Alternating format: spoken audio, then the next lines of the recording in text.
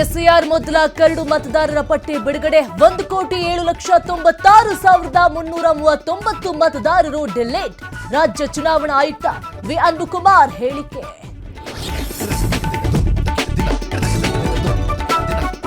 IAS ಅಧಿಕಾರಿ Jnanendra ಕುಮಾರ್ಗೆ notice ಜಾರಿ. ಯಾರಿಗೂ ಮಾಹಿತಿ ನೀಡದೆ ಕಣ್ಮರೆಯಾಗಿದ್ದಕ್ಕೆ ನೋಟಿಸ್. ಜ್ಞಾನೇಂದ್ರಗೆ ಎಂಎಸ್ಎಂಇ ಕಾರ್ಯದರ್ಶಿಯಿಂದ ನೋಟಿಸ್.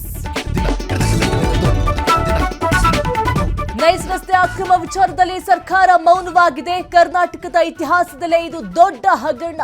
ಕೇಂದ್ರ ಸಚಿವ ಎಚ್.ಡಿ. ಕುಮಾರಸ್ವಾಮಿ ಆಕ್ರೋಶ. ಕೊಪ್ಪಳ ನಗರಾಭಿವೃದ್ಧಿ ಪ್ರಾಧಿಕಾರ ಲೂಟಿ ಕೇಸ್ಗೆ ಟ್ವಿಸ್ಟ್. ಹೊರಗುತ್ತಿಗೆ ನೌಕರನ ಸಹೋದರ ಬಂಧನ. 8.43 ಕೋಟಿ ದುರುಪಯೋಗ ಆರೋಪ ಬೆನ್ನಲ್ಲೇ ಅರೆಸ್ಟ್. ಚಿತ್ರದುರ್ಗದ ರೇಣುಕಾಸ್ವಾಮಿ ಕೊಲೆ ಪ್ರಕರಣ ಪ್ರದೋಷ್ ಮಾಫಿ ಸಾಕ್ಷ್ಯ ಆದೇಶ ನಾಳೆಗೆ ಮುಂದೂಡಿಕೆ. 59ನೇ ಸಿಸಿಎಚ್ ನ್ಯಾಯಾಧೀಶರು ರಜೆ ಹಿನ್ನೆಲೆ ನಾಳೆ ತೀರ್ಪು.